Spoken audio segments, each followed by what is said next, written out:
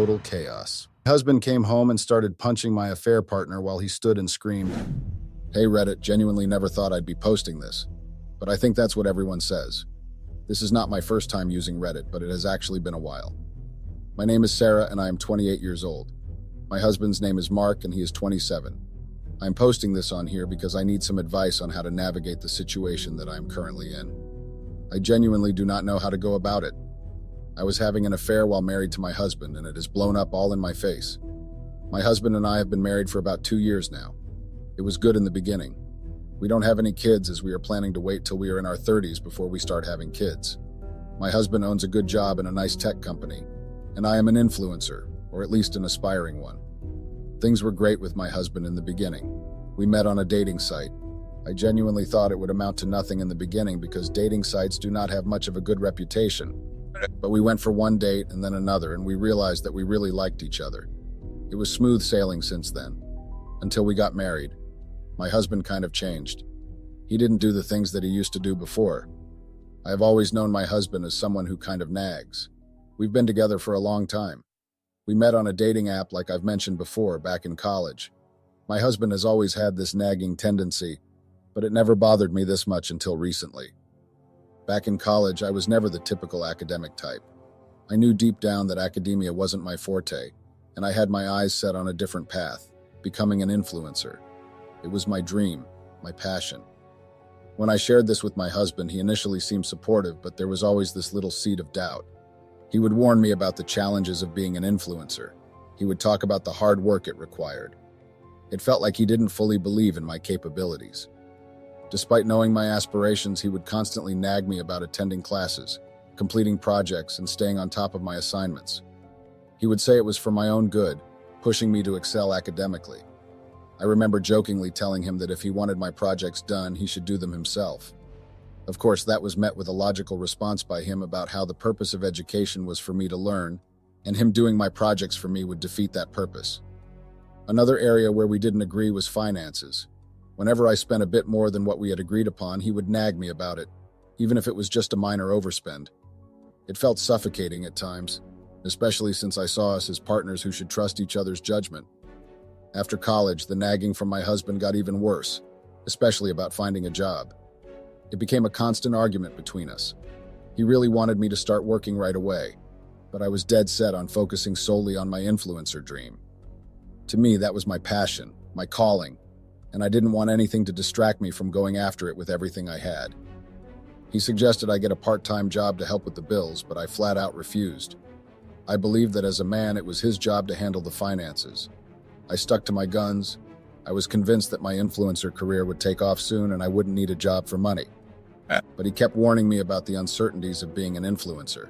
He said if things didn't work out as quickly as I hoped, I'd have to get a job to support us.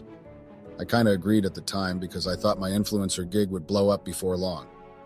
Looking back, I see now that I might have underestimated how tough it is to make it as an influencer. It's a crazy competitive world, and success doesn't just fall into your lap. This gap between what I expected and what actually happened started causing some serious friction between us. When it came to planning our wedding, it was another area where we didn't see eye to eye. I had always dreamed of a big, fancy wedding since I was a little girl. I shared this dream with my husband early on, and he seemed okay with it. But as we started planning, my husband dropped a bomb. He said he wanted to save money for our future and suggested a smaller, more budget-friendly wedding. That hit me hard because I had always pictured something more extravagant. He suggested that if I really wanted a big wedding, I should pitch in for the extra costs. The problem was I didn't have as much money as he did. His family was well off, but mine wasn't. I tried to explain this, but he didn't want to ask his parents for more money, especially since they had already bought us a house. However, the house was only in his name, which also bothered me a lot. In the end, we compromised and had a mid-sized wedding. It wasn't what I had dreamed of, but I tried to make the best of it, even though I felt a bit let down. We also had some serious disagreements about who should do what around the house and how we handle our money. My husband believed that because he was the one paying most of the bills, I should handle most of the household chores since I was home during the day. I tried to suggest splitting the chores more equally, with him taking on a bit more than me, maybe with him taking on about 60% and me taking on about 40%. But he wasn't having it. He insisted that if I wanted him to do more around the house, I should contribute equally to the bills. It felt pretty unfair, but I ended up agreeing just to keep the peace. This arrangement really got to me. I was already busy trying to build my influencer career, and adding more chores to my plate felt overwhelming. I even brought up hiring a maid to help out, but he shot that idea down fast. He said it didn't make sense to hire someone when I was home all day. Dealing with all of this made me feel stressed and underappreciated, and it definitely put a strain on our relationship. As my frustration, anger, and resentment towards my husband grew, I started feeling like he didn't value or appreciate me. It was like my efforts at home and my dreams didn't matter to him, and that really got to me. He didn't acknowledge or understand it. This feeling of being ignored or taken for granted made me really upset. This constant feeling of being taken for granted took a huge toll on me emotionally. That's when I met Ray. It was just a regular day, and I went to the store to pick up a few things. I usually use delivery services, but that day I decided to go myself. While I was there, I bumped into Ray. He was friendly and struck up a chat with me. At first, I was kind of standoffish because I was in a hurry, but Ray kept the conversation going. We talked about random stuff, joked around, and even talked about what we were buying. When it was time to check out, Ray surprised me by offering to pay for my groceries. I declined at first, feeling it was too much, especially since I was married. He then told me he had noticed my wedding ring but assured me that his intention was purely friendly and that he respected my relationship. Despite my reservations, I ended up giving him my number when he asked for it, because I rationalized it as harmless friendliness. I gave him my number even though I knew I probably shouldn't have. Looking back, I see it was a mistake, but at that moment I was looking for some kind of connection or appreciation that I wasn't getting at home. As I started talking to Ray more frequently, I tried to keep things casual and not let our conversations get too deep. I was cautious not to lead him on or give him the wrong impression, especially since I knew it wasn't right to be forming such a close friendship with another man while married. However, as time went on, Ray's charm and wit started to break down my initial barriers. We began to chat more regularly, and before I knew it, he became someone I looked forward to talking to every day. He had a way of making me laugh and forget about the stress of my daily life. I found myself spending more and more time chatting with him, sometimes to the point where I neglected my household chores or didn't focus on my influencer work as much. My husband Mark began to notice the change in my behavior. He commented on how I seemed happier and smiled more when I was on my phone. He asked about it teasingly, probably not expecting a serious answer. In response, I brushed it off casually, telling him I was just browsing to play a significant role in what was to come.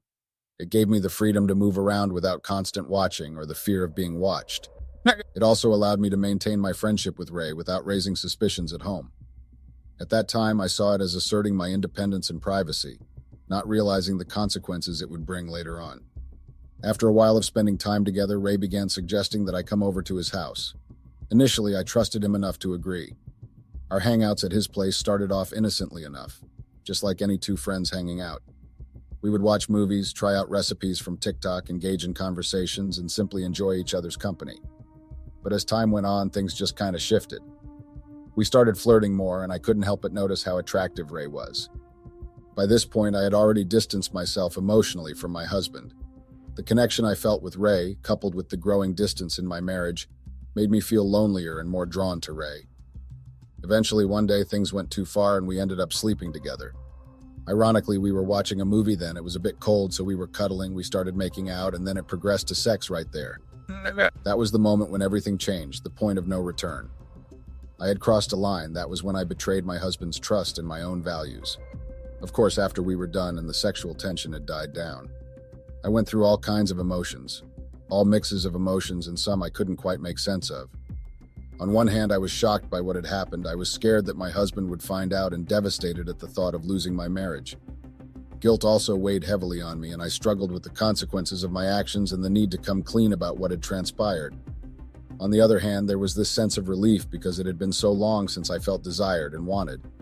It also felt thrilling since things with my husband were kind of boring and distant. But along with that thrill came a heavy dose of guilt and fear. I knew what I did was wrong, and I felt like I was betraying my husband in the worst way possible. It ate away at me, and I started to question every decision I had ever made leading up to that moment. Despite enjoying the experience with Ray, I knew deep down that I couldn't continue down that path. I tried to distance myself from him, to cut off all contact and pretend like it never happened. But just the mere memory of that day kept tempting me badly and wanting me to talk to Ray again. At the same time, I couldn't bring myself to confess to my husband. The thought of losing everything we had built together was too much to bear, so I buried my guilt and tried to carry on as if nothing had changed. After cutting Ray out of my life, things got real lonely real quick. I mean, he was like the highlight of my day, the one thing that made life a bit less dull. Without him, it was just me and my thoughts, which weren't exactly sunshine and rainbows. Plus, my influencer gig was going downhill faster than a sled on ice. I just couldn't muster up the energy or excitement for it anymore. It was like my dream was slipping through my fingers and I didn't have a clue how to grab it back. So I caved. I sent Ray a message, swallowing my pride and apologizing for ghosting him. And you know what? He was surprisingly cool about it, forgave me like it was no big deal. Next thing I knew, we were back to chatting like old buddies, filling up the gaps in each other's lives. But deep down, I knew this wasn't a good move. It was like stepping back into a minefield, knowing there were risks, but doing it anyway because, well, I guess I craved the familiarity and the distraction. Ray's words were like music to my ears, easing my guilt and making me feel like I wasn't the one to blame. He'd say things like, "Your husband drove you to this," or "You deserve to be happy no matter what." It was like he had a playbook on how to manipulate emotions, and I fell for it, hook, line, and sinker. He kept reassuring me that our affair would remain a secret, that my husband would never find out. He'd say, "We'll have our own little world, just you and me." He made it sound like some romantic adventure rather than a destructive path. I must admit, Ray had a way with words. He knew exactly what buttons to push, how to make me feel desired and wanted. It was like he could talk down a monkey from a tree, as my grandma would say. He spun stories that made me forget my reality, and he drew me deeper into his web of deceit. Before I knew it, we were having a full-blown affair, sneaking around and hiding our tracks. It felt thrilling, like a forbidden adventure, but deep down, I knew it was a mistake. As time went on, my affair with Ray became more and more consuming. It felt like I was on a roller coaster I couldn't get off, a wild ride of emotions that I couldn't control. Sometimes I'd feel guilty, but the excitement and attention from Ray drowned out all those feelings. I wasn't fully there for my husband anymore.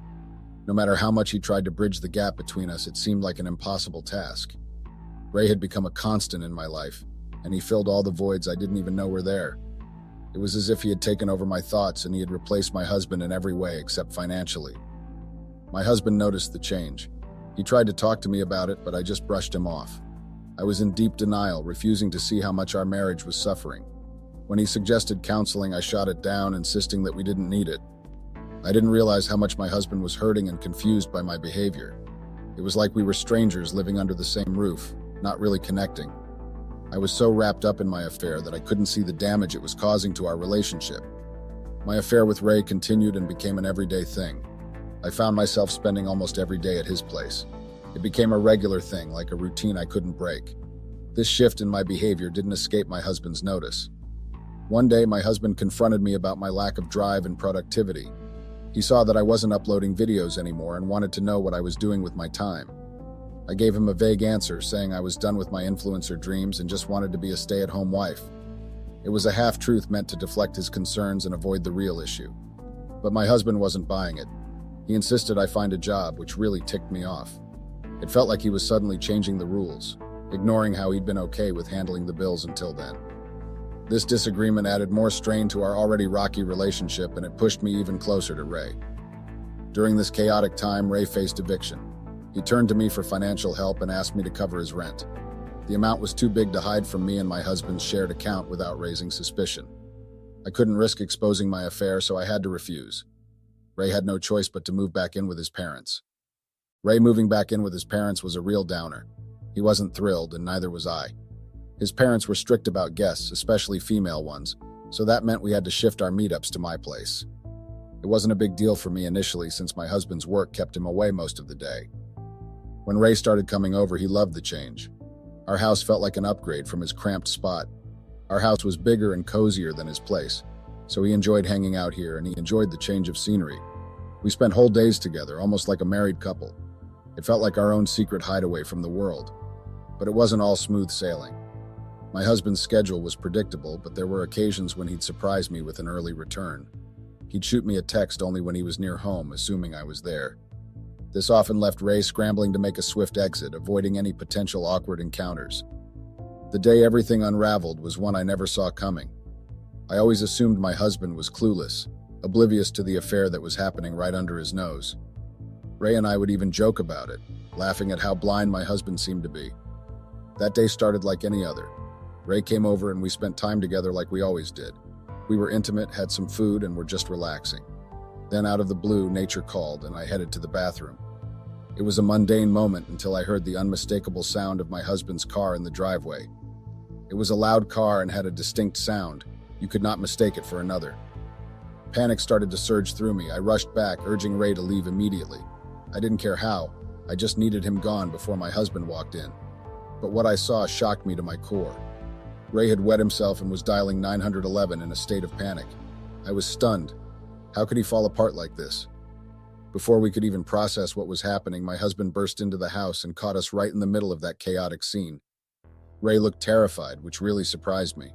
My husband was a big, strong guy, but Ray wasn't exactly small either. At that moment, though, I was more focused on damage control. I desperately tried to explain myself to my husband. I was stumbling over my words as I tried to make sense of the mess we were in. My husband, however, pushed past me and immediately rushed for Ray. He started punching him, and all Ray could do was scream. I wanted to pull my husband off Ray, but I was scared. I had never seen my husband violent before, and it was a shock to me. My husband beat Ray for a solid goat minutes before he finally left him. Then he dragged Ray by his hands and told me to follow him. I cried uncontrollably. I begged and pleaded with my husband. I was desperately trying to make him see that Ray was just a mistake, that I still loved him deeply, and that I didn't want to lose everything we had built together. But my husband's rage was clear in his eyes and his voice, and he didn't even spare me a glance. He just rushed right into our room and started packing my clothes into a luggage. He didn't listen to my pleas. Instead, he ordered me to leave with Ray. His tone was filled with so much anger and disappointment. It felt like my whole world was crumbling around me as I just watched him pack my clothes into a luggage. I kept trying to stop him, but he was too strong. I also kept trying to reason with him, but it was like talking to a wall. In a moment of desperation, my husband warned me that if I didn't leave immediately, I would face the same wrath he had just unleashed on Ray. Fear immediately gripped me, and I knew I had to leave even though it tore me apart inside. My husband slammed the door shut and locked it tight the moment I was out the door, leaving me standing outside feeling like the biggest screw-up. I kept on knocking and begging him to open up so we could fix things somehow, but he didn't respond anymore. I tried to follow Ray because I had nowhere to go, but his harsh words stopped me in my tracks. He put all the blame on me, making it clear that I messed everything up. His anger made me realize what I had done. I was now homeless. He then said he should have never made that stupid bet, which puzzled me because I didn't know what bet he was talking about. But there was no time to figure it out or ask him as he went to his car and left almost immediately. I had nowhere to go after that disaster. My parents were out of the question. We'd never been on good terms. College was my ticket out of their drama. They'd probably laugh if they knew what happened. So I had to turn to old friends. Most shut me out until one finally took me in. She used to be my best friend, and I think guilt got to her. She said I could crash for a week, and at that moment I was just grateful for a roof over my head. She even offered to help me talk to my husband, which meant a lot. It's been rough these past few days trying to figure out how I messed up so badly. Any advice, Reddit? Update. Hey Reddit, the hate here is intense. The comments and DMs have been brutal. I know I messed up. I'm not trying to dodge that. Please, if you don't have anything constructive to say, spare me the hate. Surprisingly, I kind of like being here, hate and all. So let's get to the updates. Now for some updates. My friend managed to talk to my husband, and what I found out left me speechless. My husband is not willing to forgive me. He feels utterly humiliated and betrayed. But here's the kicker. Ray, the guy I cheated with, works with my husband. He's actually a junior under my husband. And apparently he made a bet with someone that he could sleep with me. Yeah, I know, it sounds insane. My husband wasn't even part of this bet. He just found out about it and pieced together why I've been so distant lately. He suspected something was off for about a week before catching us in the act. It's surprising, isn't it? I mean, considering what happened between Ray and my husband, you'd think there would be legal repercussions, like I genuinely thought Ray would at least press charges. But then I realized Ray is under my husband's authority at work. It's a tangled mess, and I wish I had never crossed paths with Ray in the first place. Also, now knowing this, I strangely feel a mix of emotions. On one hand, it's a relief in a twisted way because Ray is likely going to face serious consequences at work. My husband won't take this lightly. Ray has blocked me and refuses to communicate. Initially, he asked me to cover his medical bills after the beating my husband gave him, and I refused, and instead I expressed a desire to talk and sort things out. He cut me off completely. Just needed to get this off my chest. Update. Hey Reddit, I know I haven't been around much lately and I apologize for that. But let's be real, life's been hitting me hard. I'm in a tough spot financially. I'm broke, jobless, and feeling the weight of it all. I haven't worked in ages and it's starting to take a toll. My friend has been kind enough to let me crash at her place, but even that's got a time limit. She's giving me another week out of pity, I guess. And then it's either pay up or pack up. It's been 2 weeks already and I can't blame her for wanting to set some boundaries. I'm frantically looking for a job. The urgency is real now. Meanwhile, things on the personal front are a mess. My parents found out about everything and they're not exactly being supportive. They're airing it out on Facebook, taking shots at me left and right. It's humiliating, to say the least. So yeah, sorry if I'm not updating as often as before. I've got to get my life together, like yesterday. I promise to update once the divorce dust settles if my husband doesn't forgive me. Just to give you all closure, then I'll be out of your hair for good. Update. Hey Reddit, I know it's been a while since my last update, and I'm sorry for the delay. The hate is still strong, huh? Well, I guess that's one consistent thing in my life right now. Anyway, let me fill you in on what's been happening. It's been a bit of time, days, weeks. I honestly lost track since I last updated. My friend and I decided to make a last-ditch effort to see if my husband would forgive me. We showed up at his workplace, hoping for a miracle. At first, he was adamant about not wanting to talk to us. Understandable, given the circumstances. But eventually, he let us into his office. It was a somber and heartbreaking conversation. I could see the hurt in his eyes, and it hit me hard how much I had lost. My husband mentioned how embarrassing it was for him to hear that his wife was cheating from another employee. He admitted that he had noticed my strange behavior, but had chalked it up to my work as an influencer, not realizing the truth of my infidelity. He talked about the deep pain I had caused him and expressed that forgiveness wasn't something he could offer. That sealed it. We're definitely headed for divorce. It's a tough reality to accept, but I guess it's the path we're on now. Update. Hey Reddit, just a quick mini update here. I have a job interview coming up, so fingers crossed. It's been a struggle trying to find work, but I'm hopeful about this opportunity. And on another note, I found out that Ray was fired from his job. I have mixed feelings about it, but part of me feels relieved. It's a small comfort knowing that I'm not the only one facing consequences for what happened. It wouldn't have been fair if I were the sole person punished by karma for our affair. After all, I was married, and he still chose to pursue me. I also want to give a shout out to my friend. She's been an absolute rock throughout all of this, going above and beyond what any family member would do for me. I appreciate her more than words can express. Update. Hey Reddit, I'm feeling really exhausted today. The messages I've been receiving from my husband's family are beyond hurtful.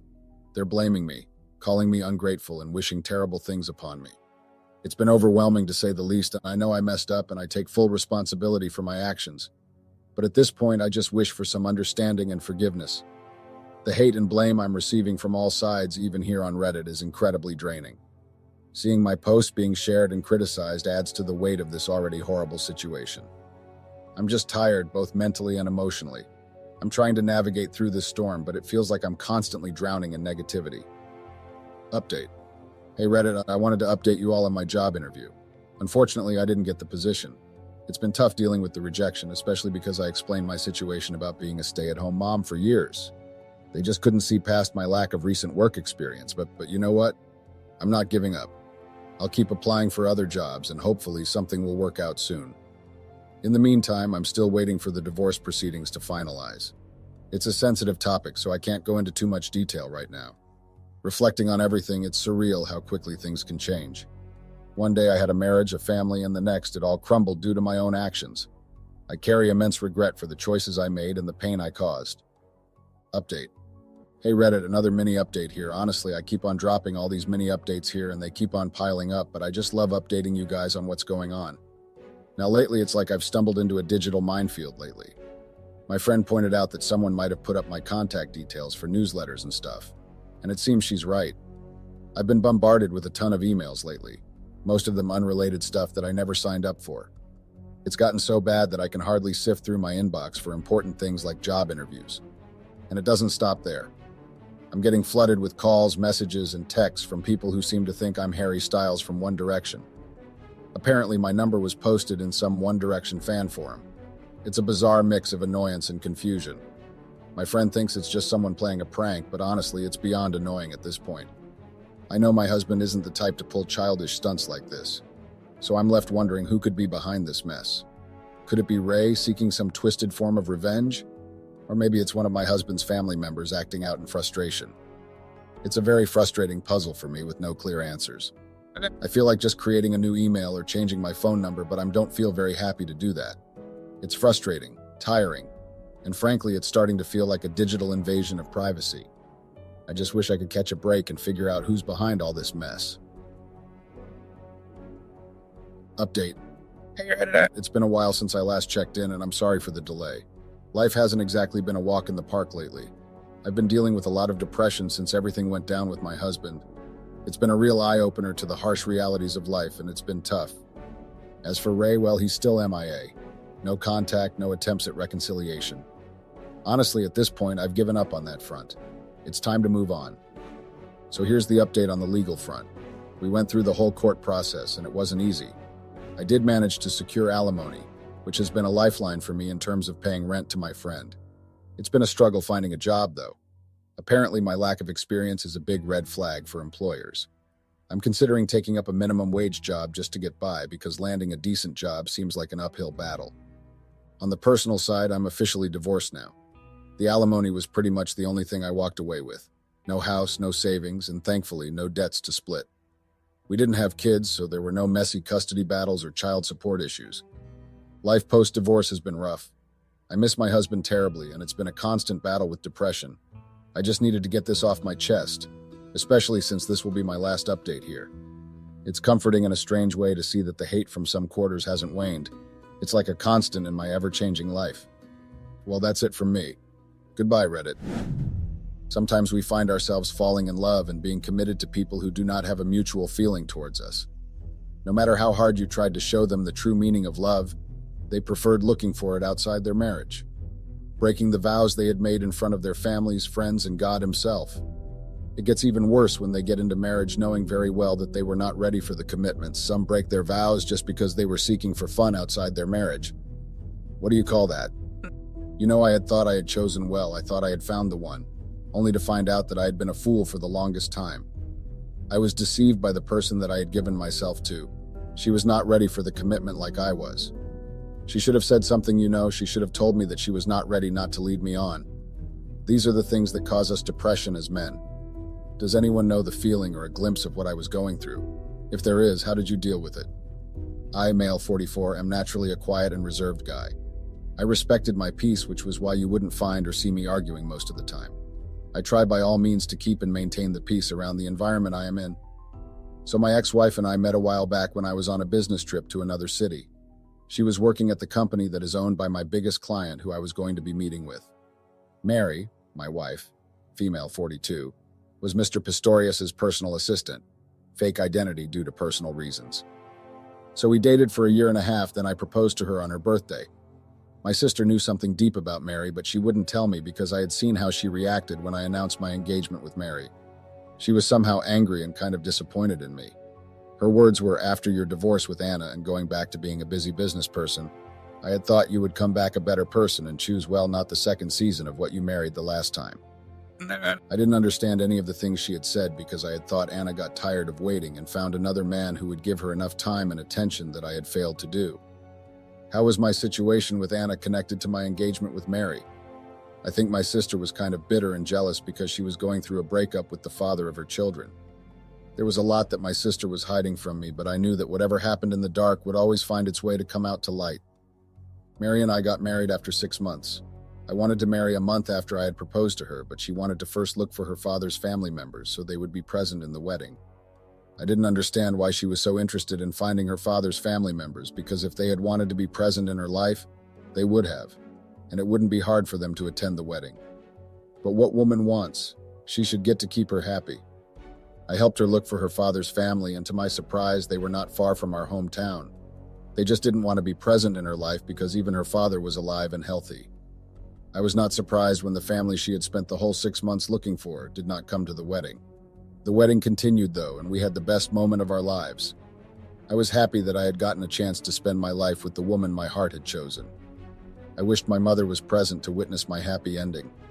Not knowing that my happy ending would actually end sooner than I had expected, and my heart had chosen the worst breaker of it. Sometimes I don't understand why our hearts choose the wrong people to guide them, because I had given my heart to Mary, and she used it and stomped on it like a useless piece of paper. We got married when she was 25 and I was 27. I knew that that was the perfect age to get married to the love of your life. I mean, with Anna, I was still young and I was still trying to find my feet after I was fresh out of college. So it was understandable that would do something like what she did. A couple of months into our marriage, I had been trying to get Mary pregnant. We were not using any protection because as much as she was a body seller, she made sure to protect herself. Her words, not mine.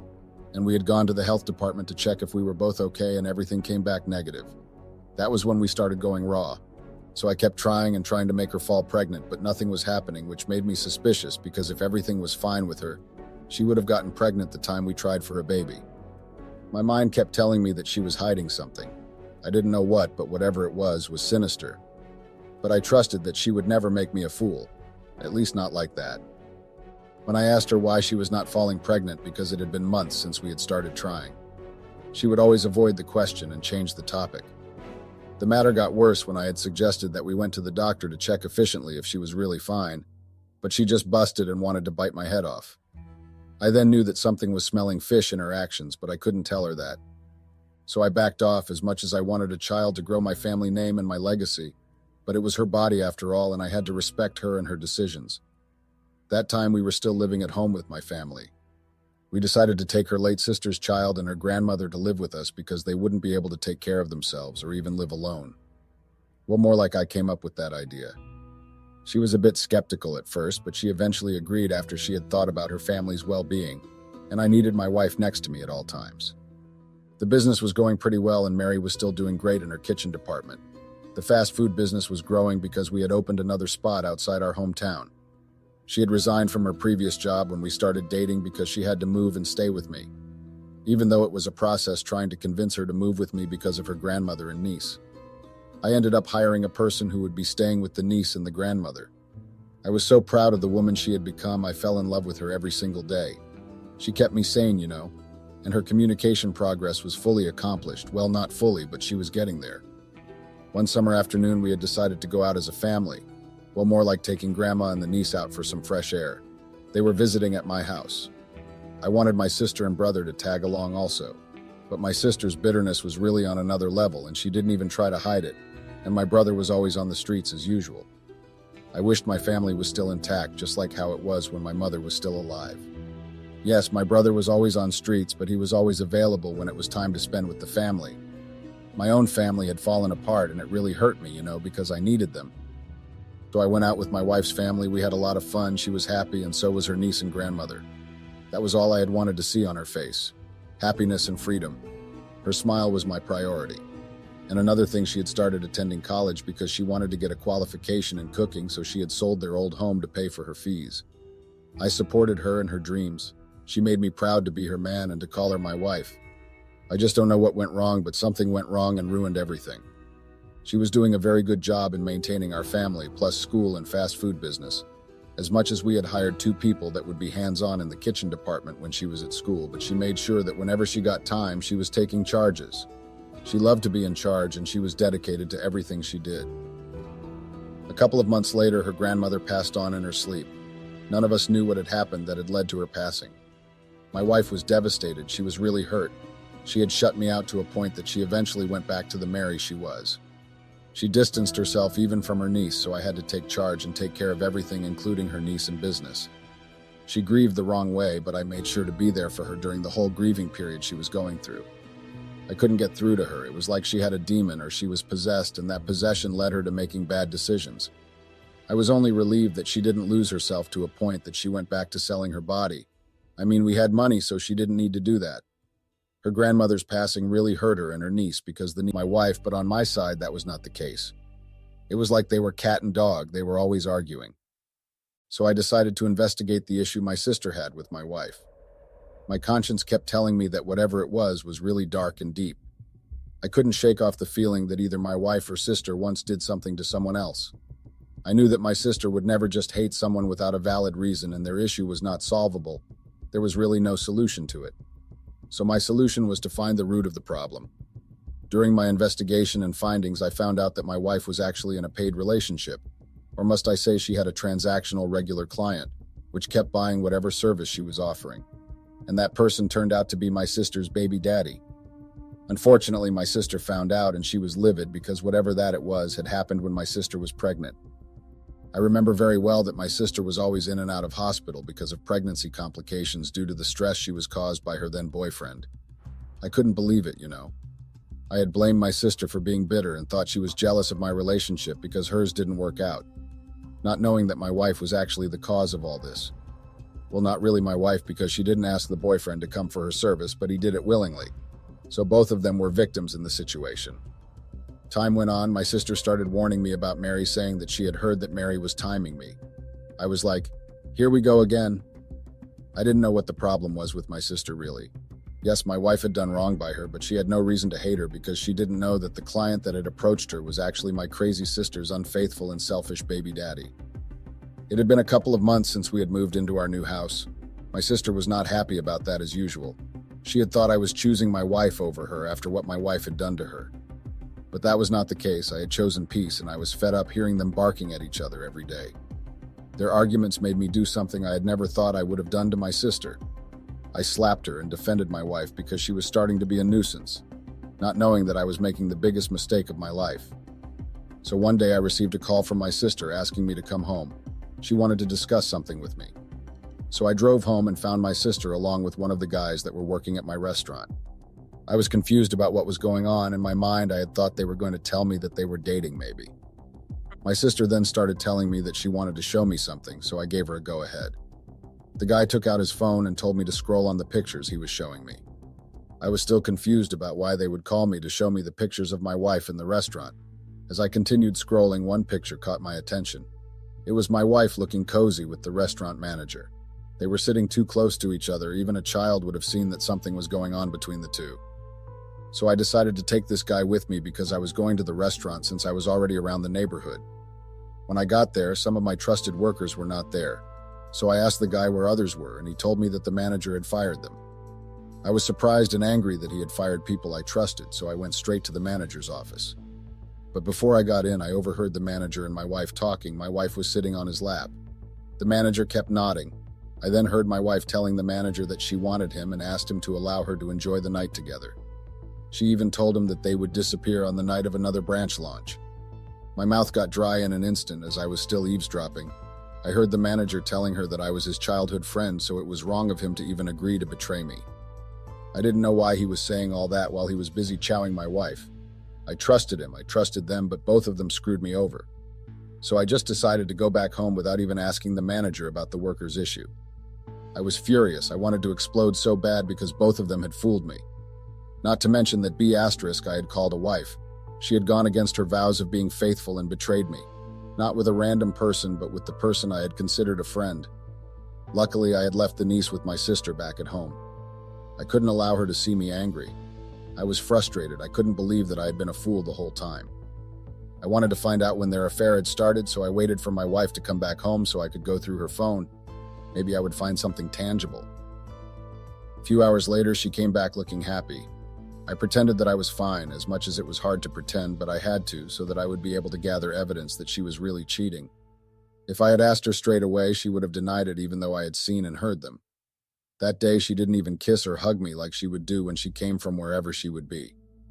That day, she went straight to the bathroom to take a shower, saying she was tired and she wanted to wash off the sweat she had. So when she was in the shower, I got a chance to take her phone. Luckily, I knew her passcode, so it was not a struggle to unlock it. What I found out when I paged her phone almost took me to an early grave. I couldn't believe it. The conversations they were having were mostly about me. She was degrading my capabilities as her man. She even told the guy that she was regretting marrying me because I was a boring guy and not sexually satisfying her. I was hurt beyond measure because I had thought everything was going well and our intimate moments were good. She never told me anything about her not being satisfied. As I continued going through their conversations, I found out that they once had a transactional relationship before. Surely that was when she was still selling her body. So she sold herself to the person I had been calling a friend and a brother for all the days of my life. Who are women, huh? Why are they so evil and venomous? These female species would really murder you and bury your body outside the yard, then live their lives like they had done nothing. But I couldn't allow her to just fool me like that and think I would not stay back and eat popcorn with her. The fact that they were even sharing their private pictures reeked me to the core. I hate people who treat other people as fools and think they could get away with everything. I forwarded the conversations and the pictures to my emails. I couldn't risk forwarding them to my phone because she would sometimes use it. Weeks later, I got tired of pretending, so I called our family lawyer and asked her to draft me divorce papers. Luckily, we were not married into any joint commune, so she would get anything that I had worked hard for. The only person who I thought about was the niece because she was going to be in the middle of everything. But I couldn't let them go free after they had made me a fool. So I had created a fake email account the day before, so I went to the restaurant to check how things were. When I got there, the manager asked him to check his emails. The look he had on his face was priceless. I then cut off our friendship since he had broken the bro code. I told him to forward them to the wife. So the day of the launch came. I think the restaurant's former manager didn't forward her the things I had sent to him. Everything went well and the party started. I was never one for parties. The loud music, the crowded rooms, the forced conversations with strangers, it all made me incredibly uncomfortable. But because it was Mary's big day and I had to pretend like we were okay in front of people, it was truly a hard thing to do. Having to pretend was not really my thing, to be honest. The bass thumped through the walls, the air thick with sweat and alcohol.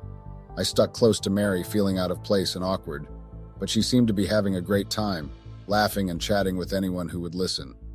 Yes, I was angry at her for what she did with my so-called childhood friend, but I had to be there for her, just as I had promised that I would always be there, and besides, I didn't want people asking questions and starting making their own assumptions.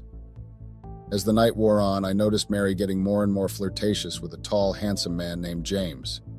James was actually my business competitor, but Mary didn't know that. They seemed to have an instant connection, and I couldn't help but feel a twinge of jealousy. I tried to shrug it off, knowing that Mary was just a naturally outgoing person.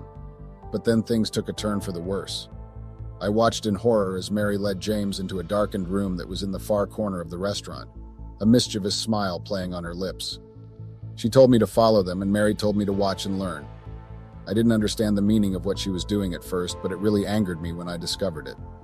She bluntly told me that she wanted me to watch her getting pumped by another man. She even finished her statement by, "Maybe you will take notes and see how it's done." You know when you suddenly feel like your whole body is burning and your head is about to explode because of the rage that was brewing inside me. I was feeling my whole body shaking, not because of heartbreak, but because of rage. How could she disrespect me to that level in front of my enemy? She had no shame and self-respect. The thought of watching the woman I loved be intimate with another man filled me with a white-hot rage that I had never experienced before. I stormed off the porch, my heart pounding in my chest. How could she even suggest something like that? Was our marriage not enough for her? Did she not love me anymore? I found myself at a bar, drowning my thoughts in a sea of alcohol. The anger and confusion swirled around in my head, clouding my judgment and making it impossible to think clearly.